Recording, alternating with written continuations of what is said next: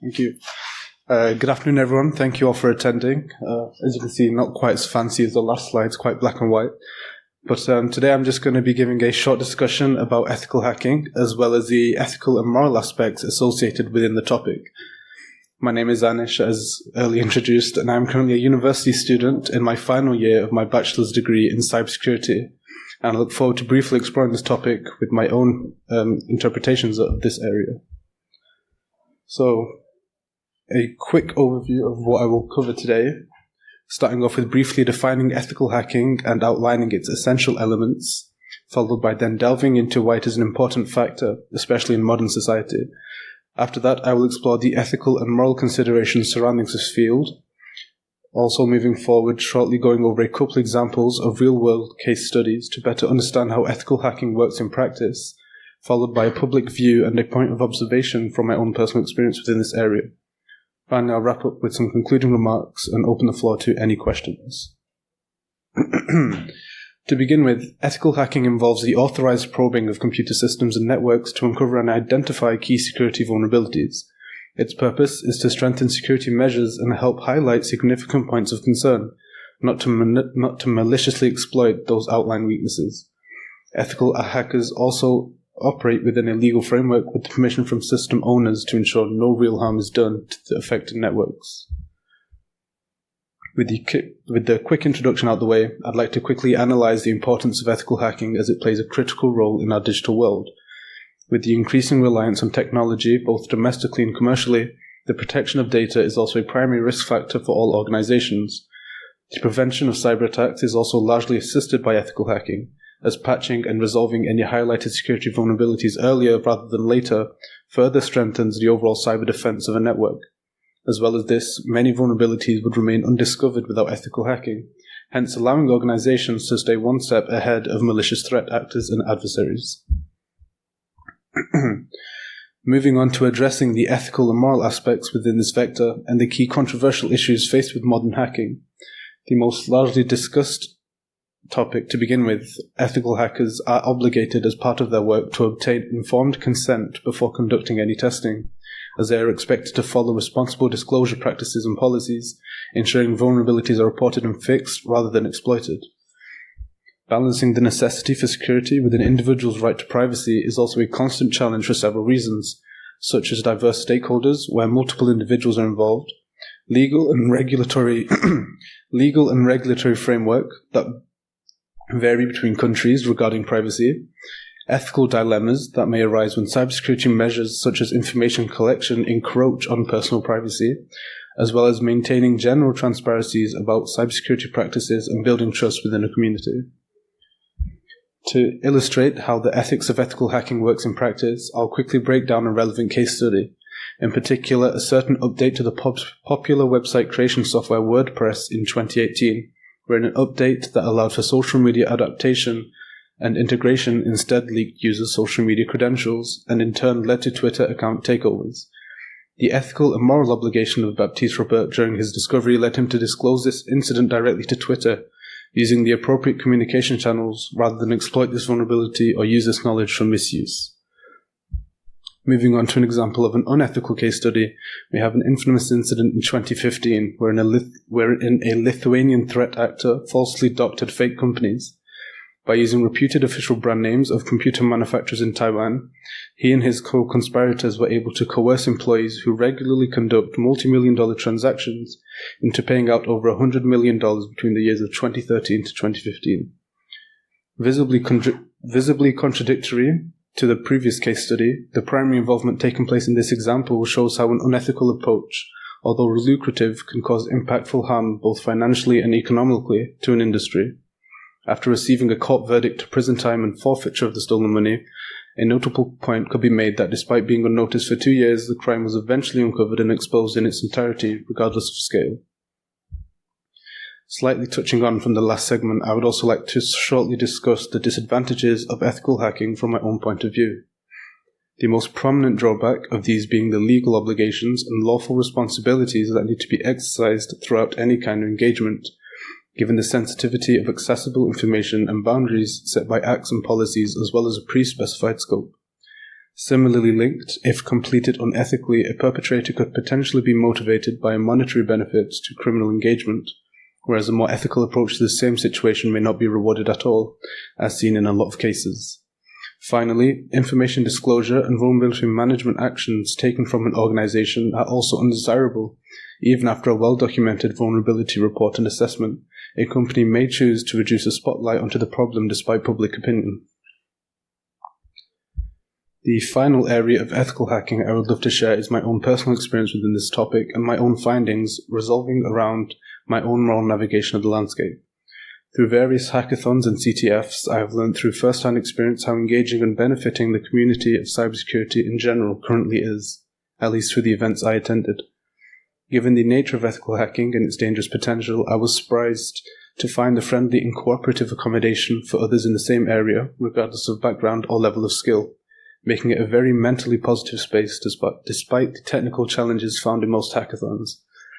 As well as this, modern companies and organizations have increasingly begun to implement bug bounty programs in attempts to preemptively thwart malicious cyber attacks by incentivizing bug bounty hunters to attempt pinpointing and uncovering potential flaws in products and websites with potential rewards for credit, and in most cases reputation.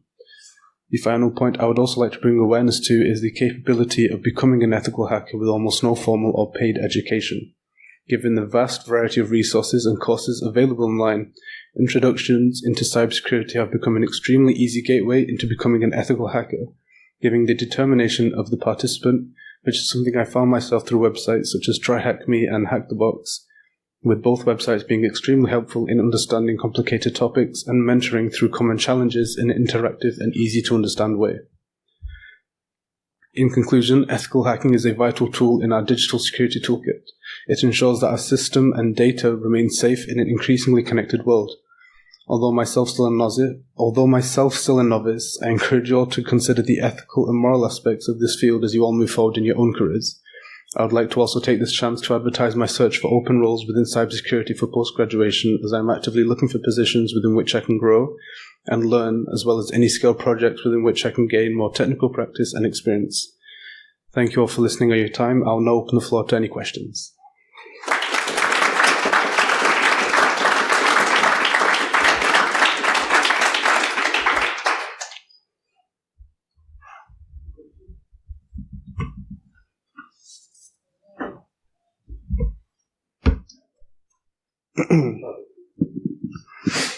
So you mentioned quite rightly that many more organizations now do have formal bug bounty programs in place.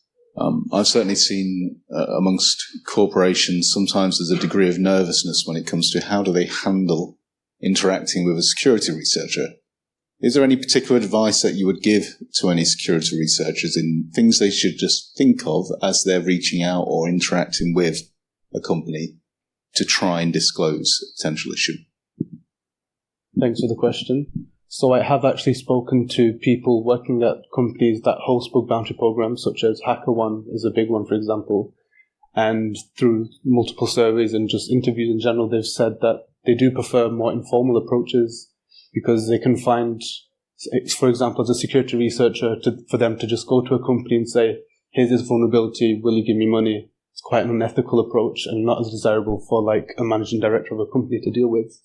So a recommendation I would give is to always go through the right communication channels, which are made quite accessible and quite easy through HackerOne and other examples like BugCrowd, where they automatically connect you with the right correspondents at each company.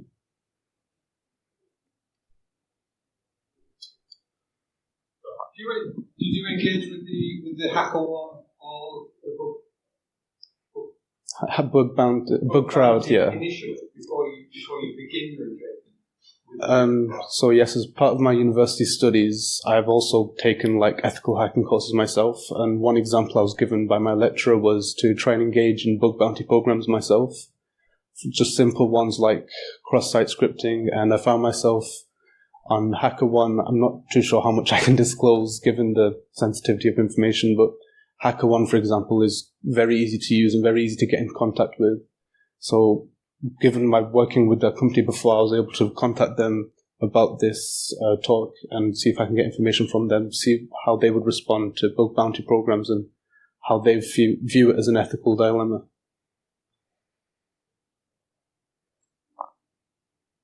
I'm going to ask you one. So, on the responsible disclosure, that can be argued as a two-way street. It's about the responsibility to actually make that disclosure if someone's in denial or for whatever reason.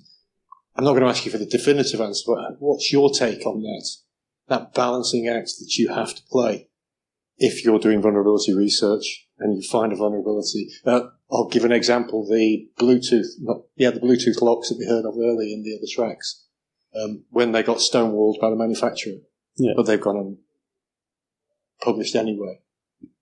Do you see any kind of rules that could be put into that, or is that an ethical decision of the vulnerability researchers?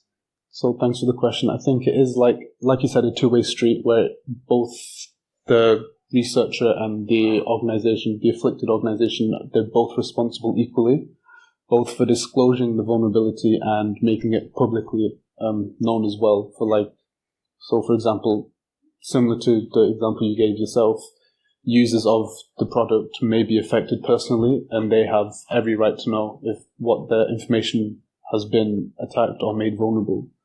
So I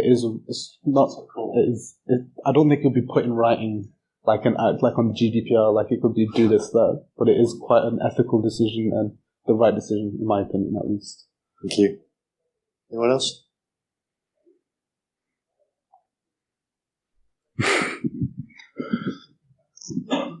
You mentioned consent earlier.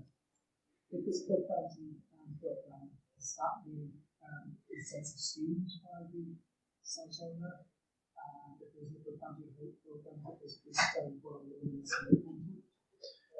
So the primary scope that's given by the organizations is the consent that's given. So, for example, with Apple, quite an infamous one is their bug bounty program for hacking. That being able to hack iPhone Face ID is like $1 million bounty on that. So I'm assuming with that one, they've more or less given consent within a scope. But another example could be a more smaller scale company where they can't afford to have a product break down just for research purposes. So consent is quite a key factor.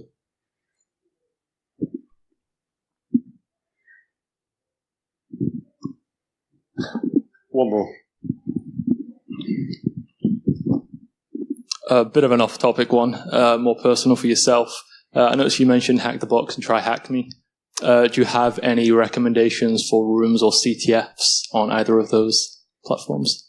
So personally, I started with Try Hack Me and I'm still up to date on it today. I haven't stopped using it. It's been very beneficial towards me, especially covering things that university doesn't teach. It's very helpful in very interactive and not so much just throwing information at you. It's quite step-by-step guideful. So Try Hack Me. Rooms I would recommend is like Rick and Morty is like the most famous one. It's quite a popular room in there. I'd also recommend like Pathways they have. So instead of going for one specific area such as Linux escalation, you can pick a general pathway and it will cover quite a lot of topics in that area. Thank you very much again. Thank you.